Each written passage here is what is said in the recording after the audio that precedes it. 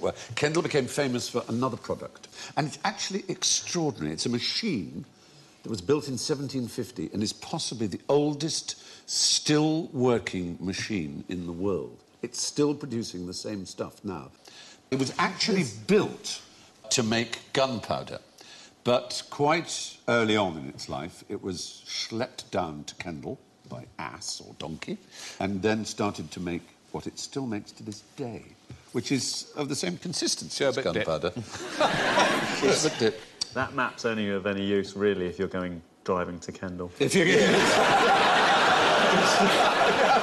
You're right. It's not much use for anything else. And even then, it's pretty vague. I used to sell those maps, and people would come in and go, I'm going to Birmingham, and I'd go, no, you can't. Yeah, I've only got a Kendall map. Do you use it in the home? We nowadays very rarely use it. It was the most popular form of delivery of this drug up until about 1900. Nicotine? Nicotine is the right answer. Oh. How is nicotine most delivered? Snuff. Kendall has a snuff mill that has been going since 1750 and still produces snuff. Ah, the old Kendall snuff mill. The old Kendall snuff mill. I knew that. I have some snuff for you to try in different flavours. You can see whether the lid is lying or not. These special QI lids. You can take it if you want. You obviously inhale it up the nose. You do it all, right? Oh. You're going to snuff it all. Don't do it all, no. It's very sharp. It is. It's sharp.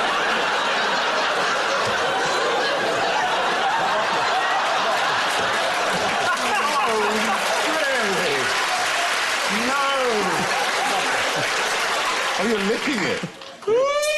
Gums. Oh, moustache. It is quite sharp. You have what's your flavour say? It says Christmas pudding. You got Christmas pudding? Ross, noble. Honestly, it's fine. It's good. Put it in your eyes.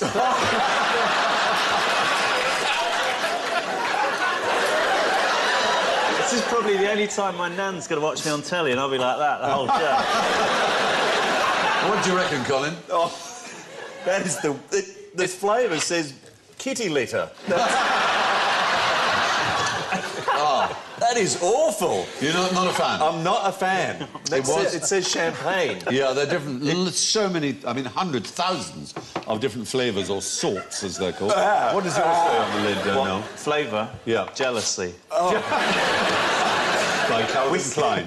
Whiskey and honey. Whiskey and honey? Yeah. Does it take... yours, no, not Ross, really. When you've come down... I can't see. I can't see anything. Who's talking to me? Your flavour's madness. It says peanut butter. No, it says Perrier. Oh, does it?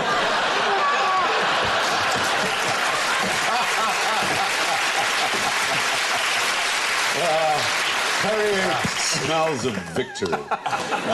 The problem is it makes your snot brown, so there are snuff handkerchiefs, which are brown silk handkerchiefs or dark-coloured silk handkerchiefs. But that will really, you'll see, you'll get a... It'll look as if you've wiped your arse, I'm afraid. From here, looks like a Turin shroud. I can see the face of our Lord. Even though you know it's snuff, you're like, oh! Exactly. He's shattered his hanky! Even though they know.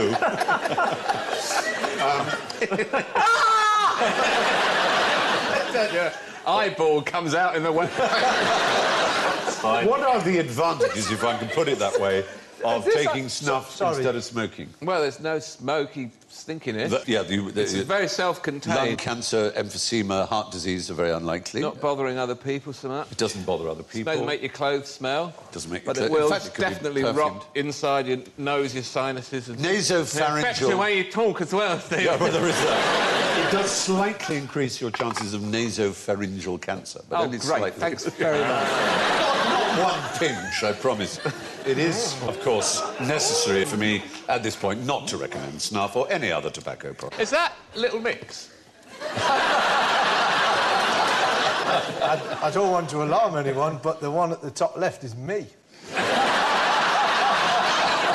It is! Oh, my goodness.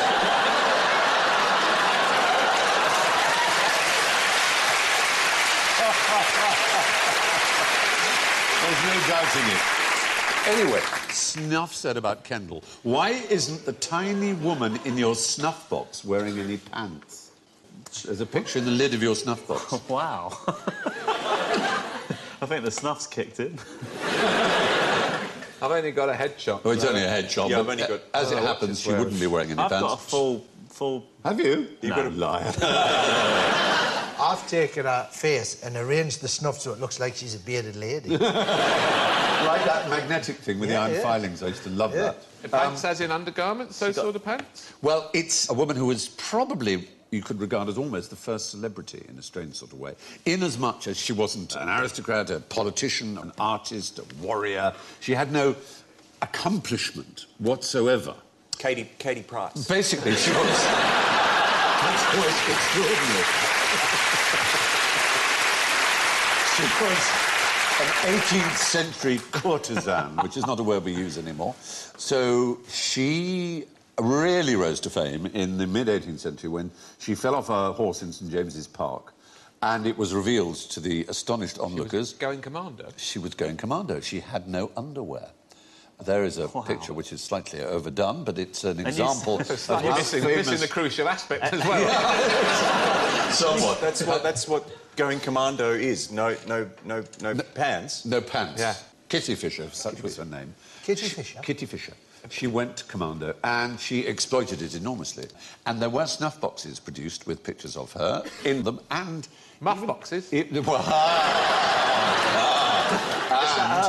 there were watches called montre lubrique, lubricious watches, which used the clockwork to show her doing rather pornographical things in a sort of like a sort of automaton kind of thing, a little movement. Oh, God, you wouldn't want the grandfather clock with a pendulum version, would you?